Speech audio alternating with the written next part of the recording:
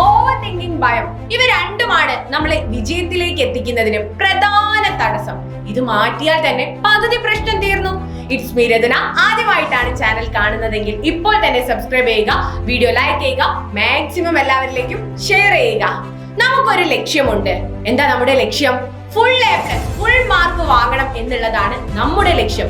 ആ ലക്ഷ്യം പറഞ്ഞിരുന്നത് കൊണ്ടായില്ല.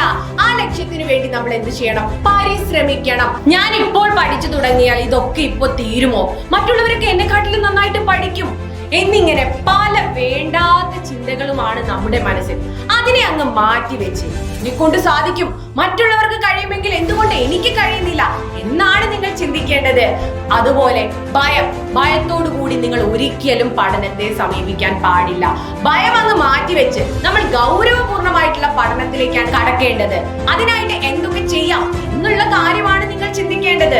നമ്മൾ ഇപ്പോൾ നിൽക്കുന്ന സ്റ്റേജിൽ നിന്ന് ഒരു പടി ഉയരത്തിൽ എത്താനായിരിക്കണം നമ്മൾ ശ്രദ്ധിക്കേണ്ടത്. പേടിച്ചിരിക്കാതെ പ്രയാസമേറിയ റോഡുകളിലൂടെ വണ്ടി ഓടിക്കുന്നവരാണ് നല്ല സ്കിൽഫുൾ ഡ്രൈവേഴ്സ്. അതുപോലെ പ്രക്ഷുബ്ധമായ കടലിലൂടെ തുഴയുന്നവരാണ് നല്ല റോവേഴ്സ്. ഇതുപോലെ നിങ്ങൾ എന്ത് ചെയ്യണം? ചിലപ്പോൾ നമ്മൾ വീണേക്കാം. നമ്മൾ ഓടുന്നതിനിടയിൽ എന്താണ് വീണേക്കാം. നിങ്ങളുടെ ലക്ഷ്യം എന്താണെന്ന് നിങ്ങൾ മനസ്സിലാക്കി ആ ലക്ഷ്യത്തിലേക്ക് നിങ്ങൾ എത്താൻ ശ്രമിക്കുമ്പോഴാണ് ആ ലക്ഷ്യത്തിലേക്കുള്ള ദൂരവും ആ ലക്ഷ്യത്തിലേക്കുള്ള എളുപ്പ വഴികളും നിങ്ങൾക്ക് കണ്ടെത്താൻ സാധിക്കുന്നത്.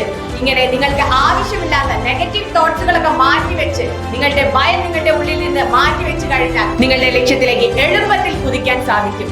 Good luck guys.